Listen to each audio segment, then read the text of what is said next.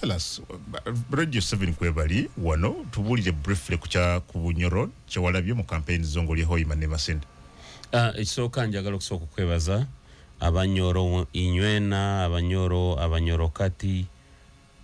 Ababito n'Ababito Kati, enyaniriza gye mwanyaniriza natandikidde Kibale, Kagadi, Hoima, Masindi. Mwane nyanziza nnyo naddala Hoima City mwanyaniriza nnyo. Natuse Hoima City sijja kwewaana nti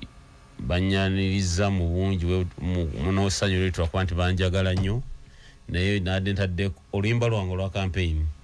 lwasinze bakwata omubabiro nga abakyala bayinya n'ekimotoka ne bazina amazina lulimu Besigye toka kwa barabara basanyusa nnyo ne bampa ne ssente abantu ne bampa ssente maye bwe luyimba olwo bannaye webale kusigala ku struggle kwatwaliyo nnyo ne Besigye twagenda nnyo Hoima ne Besigye nera tufunire n'ebizibu bingi so nafunye Mammoth welcome but Mammoth reception but nyine ebintu binabe nagambye abantu be Bunyoro ate saagala mbyera binembaga mwina omukisa nti amafuta gammwe ekisooka naffe kwetuli sigamwe mweka mwe bakama baffe naye kwetuli banga tuli bannammwe fena enaku tugirimu wamu nene mbaga nti amafuta ago mwina omukisa tegakulukutudde mu pipeline nga NRM yekyakulembera singa NRM gagisanze yekulembera ng'ekyalina obuyinza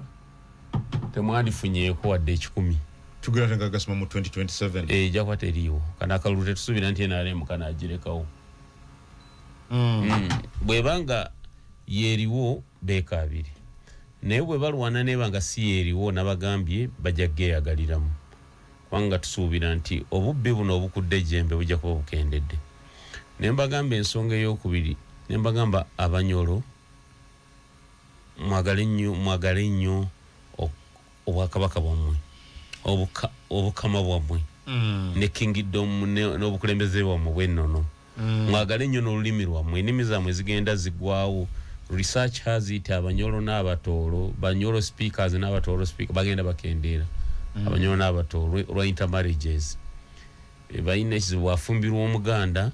Omunyoro olulimi olunyoro nga lubulira mu Luganda bwaba Omutooro bwafumbirwa Buganda agenda kumala emyaka 5 nakkiriza nti Mutooro so nembaga kali kyamwe temugireka kusangukawo mujagale nnyo nembaga mwali bantu b'amaanyi n'ensi batya Abanyoro abola bakolonizingako parts za Uganda the Bunyoro Kitara Empire yali y'amaanyi bwotuuka Ettoolo chief bamuyita Munyoro Omunyoro Adam Munyoro Adam omukulu Adam wanga oli bwana chief Adam Omunyoro omukyala abaana wana bawe agamba Omunyoro ayizire kyali Omunyoro ayizire kakati Omunyoro Abatooro gama okuwa taito y'Obunyoro oba w'amaanyi obwakamuswaga bw'ekooki bwina akakwata Obunyoro obwakyabazinga bwa Busoga bwava Bunyoro chobola ne kyabazinga aliko bwali agenda okwasa soka agenda kusaba lukusa wajjajjaawe Bunyoro walo gundi erowozebwa conspiracy theory sijajita conspiracy but walo ekirowozebwa nti Kenya walo family mwe ya amaanyi ebyobufuzi nga yava mu Kabalega Kabalega wale mututemu wanganguse namuletera omunansi amujjanjabe amulabirira mu kyalo omunansi nemuvaamu ekintu Abanyoro n'abajukiza ebintu bingi nembaga mu mwasooka n'okufuna amagye ag'amaanyi amagye an elite force elite squadron elite battalion brigade yasooka mu Great Lakes region yali Bunyoro babayitanga Barusura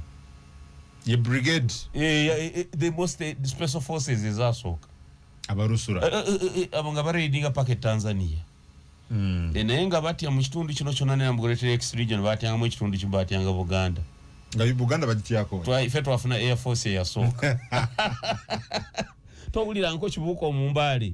yatambuliranga mbire twalina wano omusajja bamuyitanga Kimumpuka Omumbale nga Jeno wa Kabaka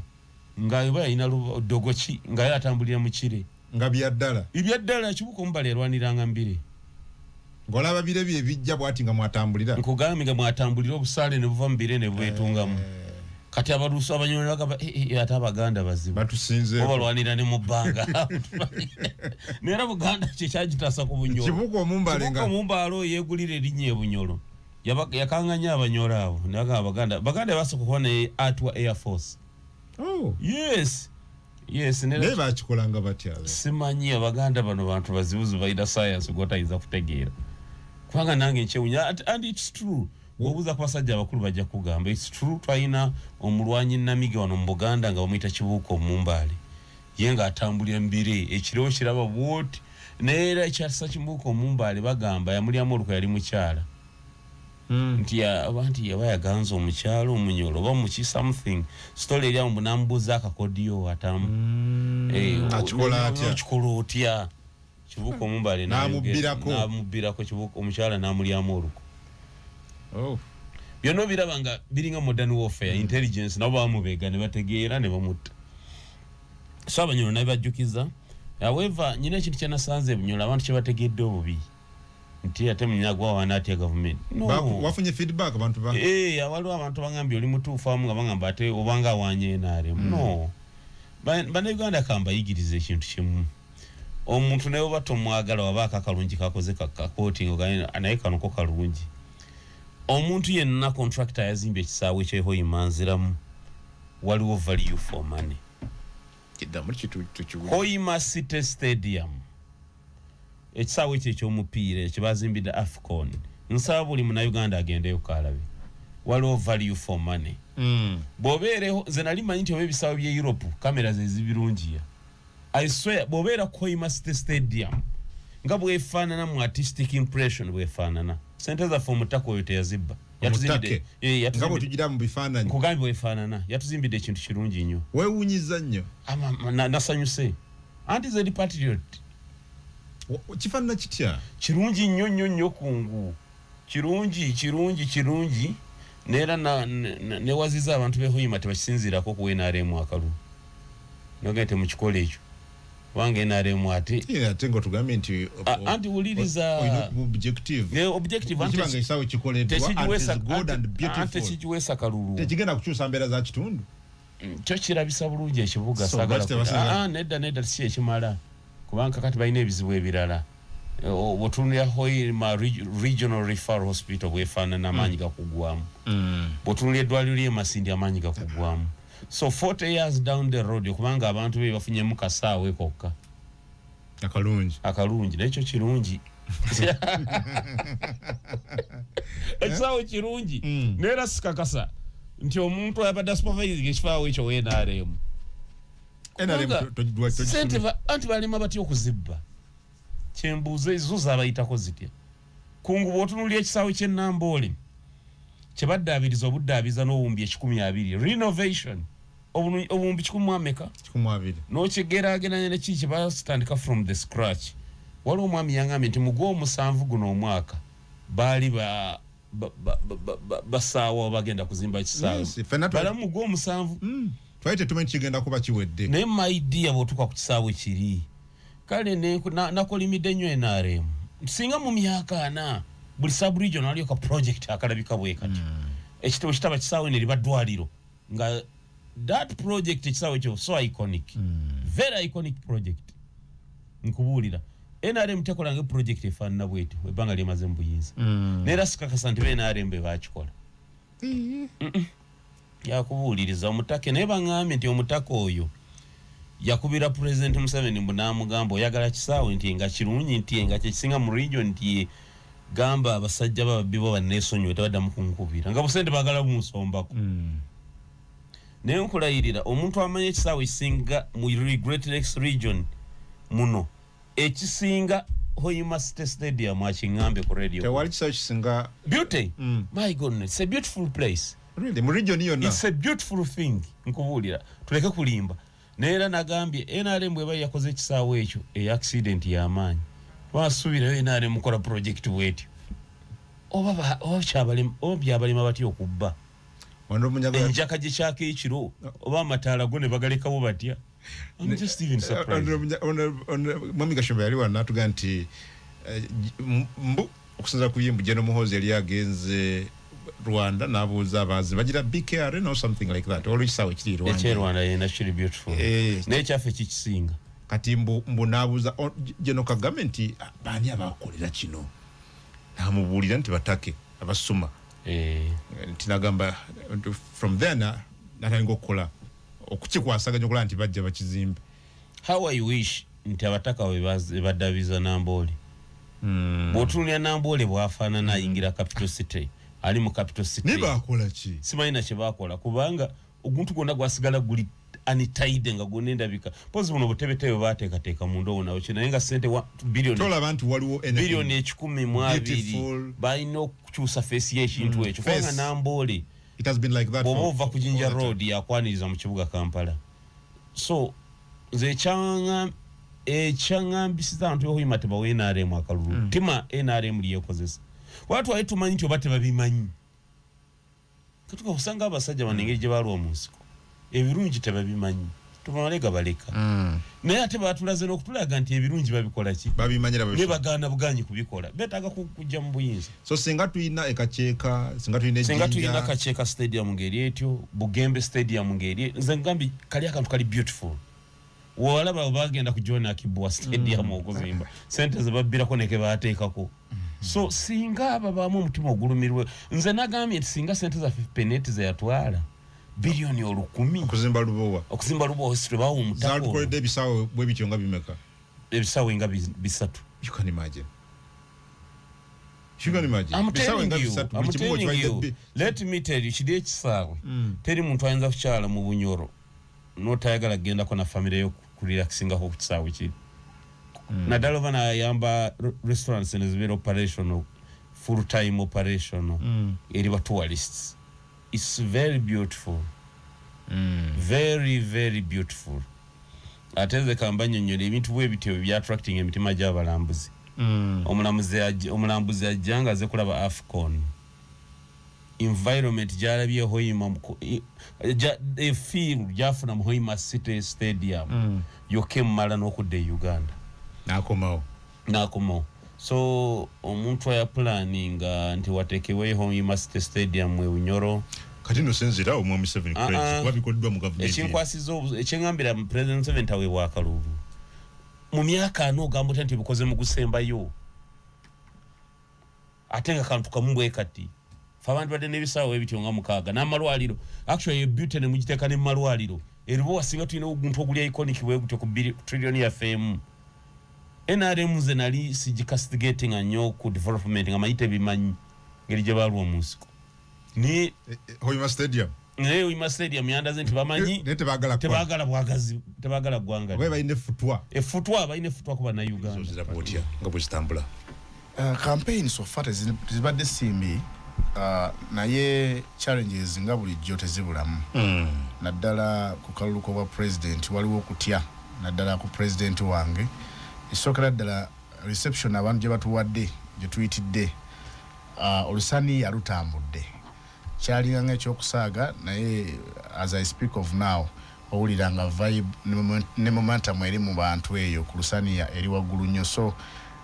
ndowooza waliwo okutya kubamu kubetuvuganya nabo nti oba oli awo president waffe ayinza okubayita mu nkwawa n'ayingira entebe mu State House. Mpozi ewaffe era bwe kityo nga obwavu bungi bw'otunuulira campaigns ezize zibeerawo twali tulowooza nti oba oli awo ke kaseera abantu banyumirwe ku ssente z'omusolo nga tusuubira nti ba incumbents n'aba NRM bagenda kuzzaako mu bantu naye teri. Kyamukisa mulungi nti ffe ekibiina kyaffe mu buto bwakyo abantu batandise okuwulira message yaffe gye tubawa batandise okuzuukuka biri badde bagamba nti bw'olaba gundi tiikinga leero tubali tujja waliwo aweereza ka message nti ffe temutubuulira tetukyayagala babaka bakiikirira ffe kyetwagala kimu twagala ambuleera ne bamwanukulawo obi nnyo namugamba owaayi ate mwagatufulira ddala batategeeramuko yadde ddala kale tetuganye waliwo tuyinza okuwagira enkyukakyuka naye ate tulaba ebifo ebyenjawulo tulina okulonda abantu nga tusinziira ku busobozi bwabwe. Thank you. Yes. Ara Munyago. Afande olabye appointments ezikoleddwa mu bukulembeze bwa court martial. Timing and your take. Yes, nze ndowooza buli okola ekintu mu kaseera akabi akakyamu kifuuka kyamu. Ekisooka what is obvious is in timing y'okuleeta court martial mu kiseera ekyakalulu, kuteekawo kooti nga President Museveni n'amagye ge gagiinako obuyinza gokka okulaba nga abantu aba opposition batulugunyizibwa mu kalulu kano, basibibwa awatali komo. Kankuwa ekyokulabirako, President Museveni alina abasibe baali sitaaka nabo abali mu kkomera beyatandiyagadde bawulize mu kooti ez'abantu. Omu kwabwe Dr. Kiza Besigye kyovola omusango gwe tegutandika. Alinze kooti martial agizeewo amuzeeyo. Owokubiri gwensuubira ye Mugumya Sam, waliwo omwana waffe aliwo Sam Mugumya yakwatibwa n'awambibwa. Ne wabaawo ne order eya kooti gye tuyita ya habeas corpus ya high court eyafunibwa ng'egamba eragira Attorney General bwamuleete yonna gy'ali amugye amuleete mu kooti, tebaamuleeta. Kyetusuubira nti kati Mugumya Sam bamulinziza court martial. Waliwo political prisoners bawerako betusuubira nti balinziza court martial. Court martial tezze mu mutima mulungi okubeera constituted essaawa zino. Nsuubirezze lwakulaba ng'ewozesa abasibe basuubira nti kooti eza bulijjo ziyinza okubejjeereza. Court martial yo omanyi tuyina amateeka agafuga criminal prosecution. Ate nga amateeka ago agamu gali mu ssemateeka g'osuubira nti omanyi ssemateeka yali waggulu wa buli omu. Gwe tusuubira nti buli kooti yonna eri mu ggwanga muno yandibadde egagoberera. Tugayita the principles of natural justice. Erimu nali kugamba mu Lulatini nakugamba balita aud arutalam pateim. Nti tosala gwa kawala tonnawulira gwa kalenzi. No ddala ligamba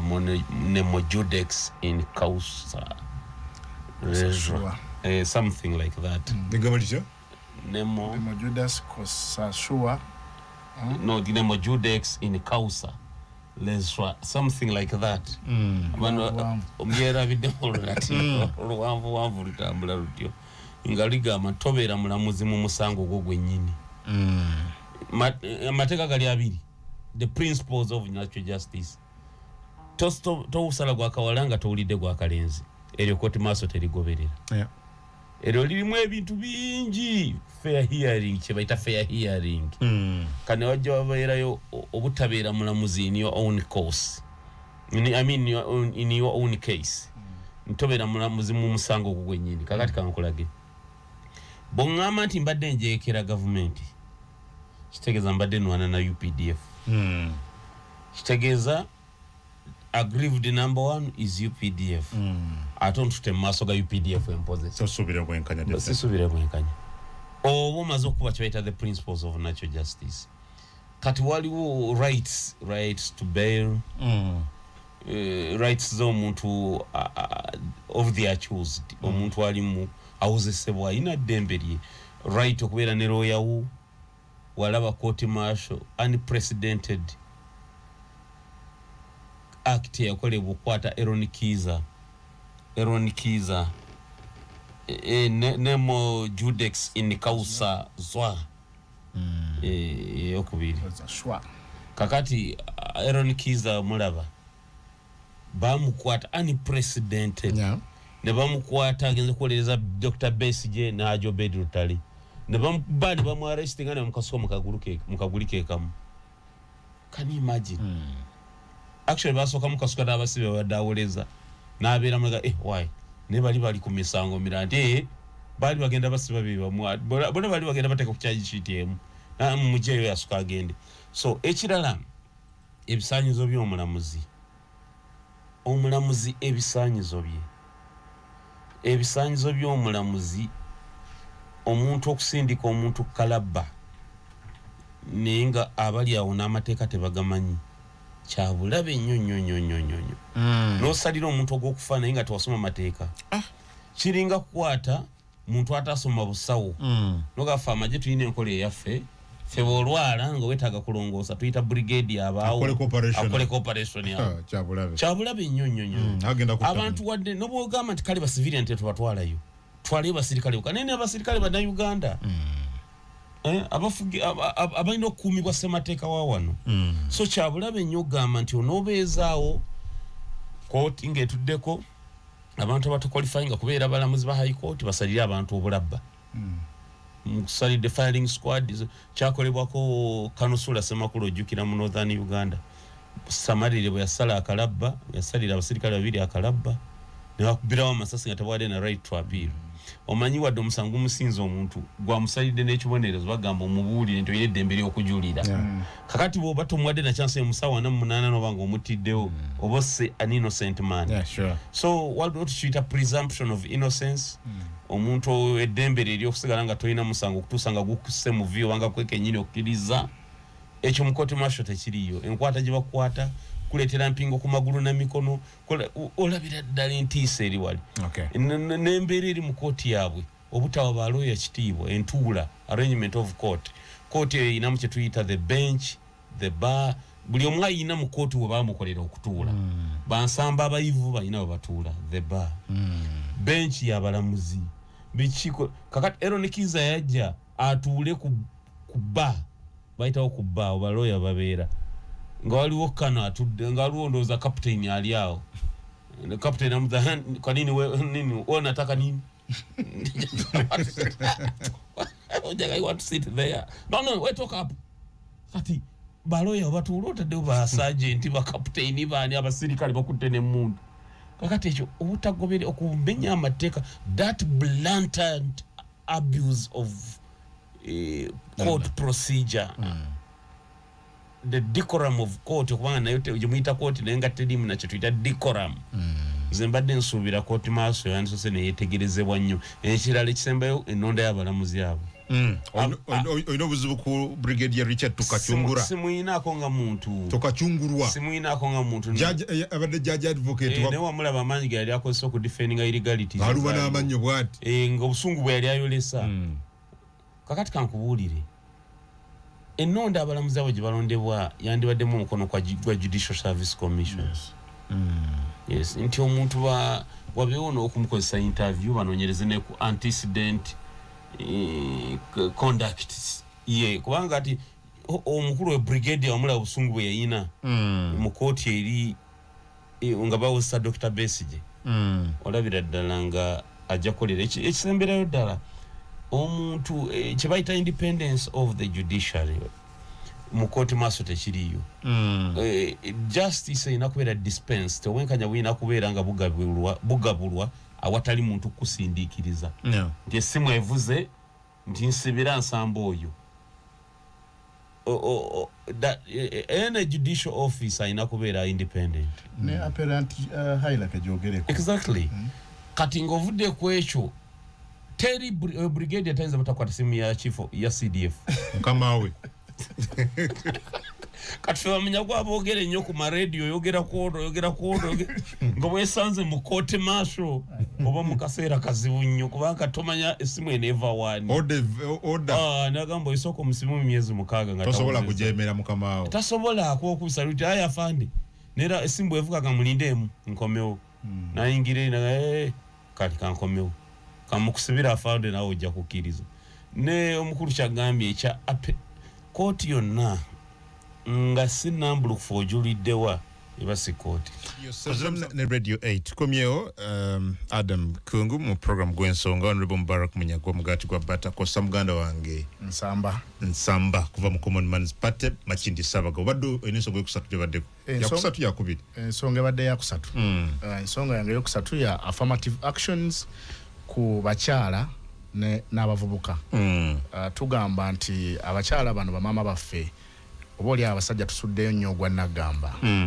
nga tuleka obuvunanyizibwa bwaffe tumaze obbazaalamu abakyala bano abaana omu babiri n'omulekaawe kireetedde n'abakyala bangi okuggwera ku streets ne bafuuka bamalaaya ate nga tebandiyagadde kubeera ekyo naye olw'okuba obwavu mwami Museveni bwaleese mu basajja obuvunanyizibwa tubusuddewo so tugamba twetaaga okuddamu okusensitizinga abasajja ku buvunanyizibwa bwabwe mu maka ekyo tujja kikola abakyala badenga n'ebisaakaati ne tujja kufuna engeri gye tucommunicatinga mu bulungi omanyi omwami bwodda yewaka ne bakuyita taata bw'obeera wadduka obuvunanyizibwa waliwo kyoddamu n'ofiiringa eyo sense of belonging ne famire yo oba oliawo bwe tukomyawo obwo obumu tuyinza okukendeeza ne ku moral decay ezeeyeyongera mu maaso olaba nga tulina moral decay nnyingi nnyo mu kitundu kyaffe naddala mu Makindye Ssaabagabo so tugamba nga tuyambako abakyala bano tulina okuddamu n'abaami obategeeza ku buvunanyizibwa bwabwe ekyokubiri nina program Bwana Kungu jenina eri abakyala bamama bafaabo ndi omu ku basajja abalina charity homes nina homes gye bayita Nkuza Kids Foundation nga omonda njigiddemu ebintu bingi nnyo naddala obulumi bamama bafaabo bwe bayitamu naddala abakyala bannakazadde b'eggwanga abazadde ku baana so mpuliriza abaana abo sitole ze baŋŋamba abamu obwana obumu buddukayo na budduse ewaka olwa treatment ebeera eri awaka so nakola initiative ey'okuteekawo homes zino ez'abaana so fani na ssatu nazituma Nkuza Kids Foundation kitegeeza nti kuza omwana raise tomanya mwana okyalibeera wakati nga tugeza ku elevatinga status z'abakyala tugamba nti tugenda kuteekawo institutions ez'enjawulo ezigenda okusomesa abakyala ebintu eby'emikono naddala ngenda kusinga ku besinga nnyo mu byalaani tufuna services ez'abasomesa ku miwendo egya wansi abakyala abo naddala abalekeddwawo abaami ne bafuna emisomo egyo kati nze ng'omubaka wa parliament wemaliriza okukola ekyo wakati nga abakyala basoma ngenda teekawo mu institutions ezo ngenda teekamu ko n'abavubuka be basoma naye ngenda kusentalinga nnyo ku batunzi ne bamakanika kati ng'omubaka wa parliament sijjaga nti nina obusobozi obusobola okukola bino byonna naye nina okubasakira nina mikwano gyange from abroad eri abantu abalungi Bwana Kungu awulira nti waliwo koze ennungi asobola okujja n'abakwasizaako so ng'omubaka wa parliament njagala buli mukyala afuluma mu institutions ezo at least afulume n'ekyalaani abeeko ke yeekolera ku lubalaza lwe oba wapangisa akazigo ke ng'amaze ofuna skill eyo kijja kuyambako okukendeeza ku oba oli ku mbeera ya status ebadde egenda ng'egwa erese immorality mu kitundu kyaffe n'abavubuka mwana bw'afuluma mbasakirayo toolbox manya nti omwana ofulumya abaana 10 rote eyo nefuluma nga buli mwana alinayo toolbox ajja genda mu society abeeko kyakola kyekolera so njagala kubeera nga ndi practical kubanga ka manifesto kange katono nnyo naye kangu kakuteeka mu nkola saagala kusuubiza bannamakindi be sitagenda kukola pose point number 4 ndowooza nti education system mwami 7 gye yajja nayo ye kaseera tugijjewo oba oliawo mu manifesto za president wange Mubaraka Munyagwa ku bimu ku byatunuulira standard ya education yaffe wano sawa ya leero eri wansi tugamba nti obeera otyanga osomye n'ofuna degree Bwana Kungu oweredde omwana newerekereza buli kantu konna omwana n'amaliriza okusoma omulimu ne gumubuula n'alinnya ennyonyi n'agenda katugeze Dubai nga dokita n'amaliriza nga afuuse maid n'amaliriza okusoma wano n'afuna degree werekereza buli kimu n'afuuka lawyer n'agenda ebweru n'afuuka ne bamuwa bwa clerk oba kulongoosa bakadde ffe tugamba nti eyo education system mwami 7 yajja nayo eweddeko tugamba nti tufunewo education system empya efiitinga ne international demand ez'emirimu yenze ensamba jebbi javira lubadde naye abasinga bamanyinga kanso jebbi yenze munnamateeka awolereza abantu okuva ku mitendera gya wansi naddala nja kwesiba nnyo ku bakyala kubanga tubatwala nti is a special group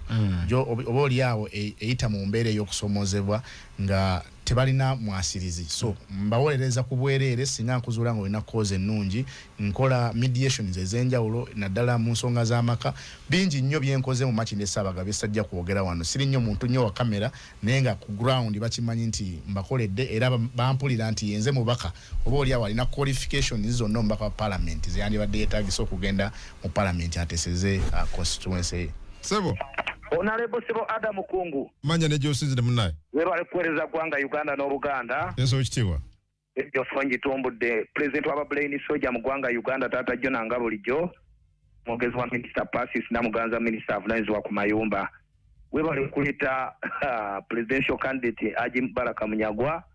oyo meta wange nnyo era mwagala nnyo ensonga azogeredde ddala bulungi nze saawe no Sebo president ndabanga president Museveni akalu yamaze doka wangula botunya president Museveni entambula gyatambudde tetwamuwadde na lya professor nti kati asomesa busomesa buli watuuka abantu abalaga ngeri gye basobola obubombwavu biki ebyanjigiriza bya bulamu ate boogera otunya kati gurupu ezimwegattako n'abamunoonyeza akalulu n'abadde ndaba mu Busoga nga eduumiddwamu amakadaaga waliwo minisita mu mukyala owekitiibwa Namutamba Pasis Namuganza Omumbejja banoonya akalulu badde nkyali awo nga mpuli abavandimwe nga bakulemberwa General Frank Gashumba ssentebe waabwe nga baga nti baga nti tuzaamutoolayo weri baga ku Museveni kwe bafiira olw'okuba lwali ne bafuna passport ne national ID kyokka ab'opposition tulaba bano kwerumaaluma kuno kulwanagana n'olwekyo ogamba si essaawa Pulezidenti Munyagwa opposition naye ekkirize tubeere ng'Ekenya Pulezidenti Museveni bw'aba amaze okulayira mukolererwamu ne Pulezidenti Museveni mutwale eggwanga Uganda mu maaso baagaza ne munjagaliza naffe bwetutyo ssebo webale nnyo muganda wange Radio 4 hala Radio 4 amanya ne gy'oli ssebo webale okuweereza mutuufu amanya enze kayita Benin Paatu omwana enzaalo ey'obulenzi mu Luweero obudde buno mpangaalira Kakiri Mukamba ate nga Jemusayi Gunundi Sanjago Bala kaakati nga nze kayita Benin Paatu mukulu Munyagwa mulamusizza naye nange ngenda kumubuuza ekibuuzo bino abantu bye bagenda bateekawo b'enkola yaabwe gye baleeseewo ye ogamba nti ate mukulu by'Abakama enkola eyagiwakanya akyogerako ki kubanze bwe mba ndaba kirabika kigenda nnyo kusibira bannayuganda n'okumibwa omukisa ogw'okusalawo abantu be baagala naye kya mukulu Munyagwa kye mbadde musaba yandibadde yakola ddanga mukulu we Erias Lukwago bwe yakola ne mukulu w'Empuuga bwe yakola bo ne bagamba nti Pulezidenti Museveni kana akalulu kwe yamaze eddoka wangula kuba ebitongole byonna bitumanyi ekitongole ekiramuzi ne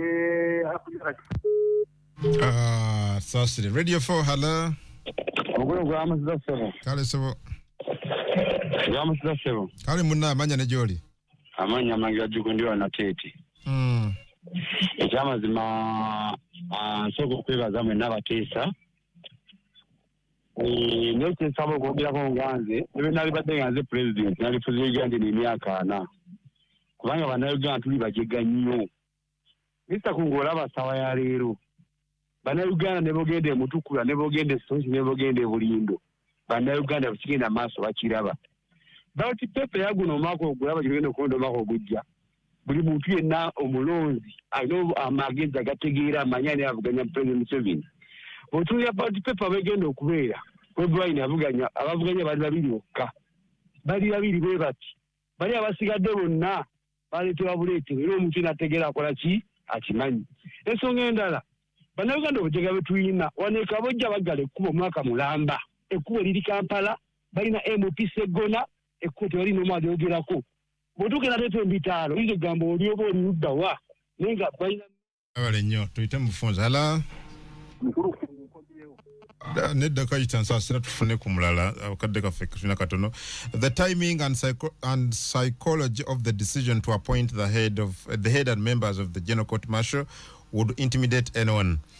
would now feel for their lives because anyone is a potential suspect of the General Court Martial. Radio 4 hala Onalibada Mukungu sebo webale okuweereza eggwanga n'Obuganda obudde bwaweddeyo dda tugende ku nsonga yodda naye nsikiriza nze ambasada wa Big Talent Pato ndi mwogezi wa Jatimisha Kabanda Minister onalibaddako mu Kampala Central onalebo wange presidential candidate Mbaraka Munyagwa nesimye okuwuliza era nenkwebaza yonna gy'otambulidde mukama wange obeera ng'otuusa message eri abantu etasosola mu mawanga wabula ng'obeera otuwulira ky'ogenda beera ng'otukolera onalebo ekibuuzo kye nkubuuzaamu nga mugenze mu maaso n'okusengana akakiiko k'ebyokulonda akakiiko k'ebyokulonda ki onalebo temukagamba nti mwe abantu bwe mujjamu nga munoonya akalulu tebamanyisibwa kulonda kwa ddi ng'ogyeko mwe ba presidential oba mwe ba president n'abaka ba parliament abantu abalala abantu tebannaba mumanyisibwa mawulire gakwatagana kulonda kwa ddi naye tera mbadde n'akakiiko k'ebyokulonda mukama wange era temukabuuzisa mwe temulaba nti mwe munaanoonya akalulu mu bantu sibulwa muntu munasobola otutuukawo abantu bagenda lemerera okulonda olw'okubeera nga tebamanyisibwa nze Pato nkwagala nnyo kale songerako kirala kadde kaffe kyekakoze bannaye Honorable Rather Mwamisamba Gabisemba yetuva ku mpewo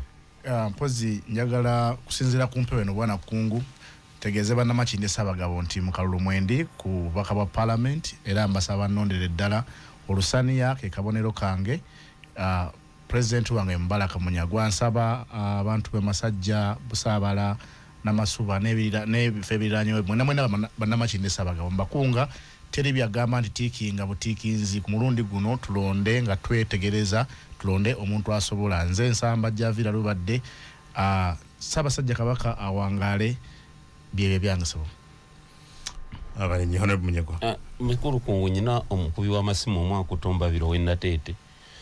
nzomanyi nasoma propaganda kati NRM etaddemu abantu bwe batyo kumalamu abantu bafaamanyi asose nakugamba nsinga nange mpagira mu President Museveni okufuga emyaka 4 bana Uganda basiru namba ataba abavuganya kuliko Museveni na Kyagulanyi baleta katolaga nti wagira Kyagulanyi wagira Museveni afu that is a reverse psychology abana banupu abayita abanupu abamu mutegente bimogerera mu fe tutegeera soka kuwagira Museveni n'ogamba nti ate Museveni kuwagira togamba ate avuganya na so tu fe tukutegeeza tutandisewo movements empya zino mujja kula kizijja okuleeta kale onde Mubarak Munyagwa mugatu gapata Olusaniya n'ekibiina kya Common Man's Party ne mugana ng'ensambu tubadde leero kiriza tuddemu olunaku olw'enkya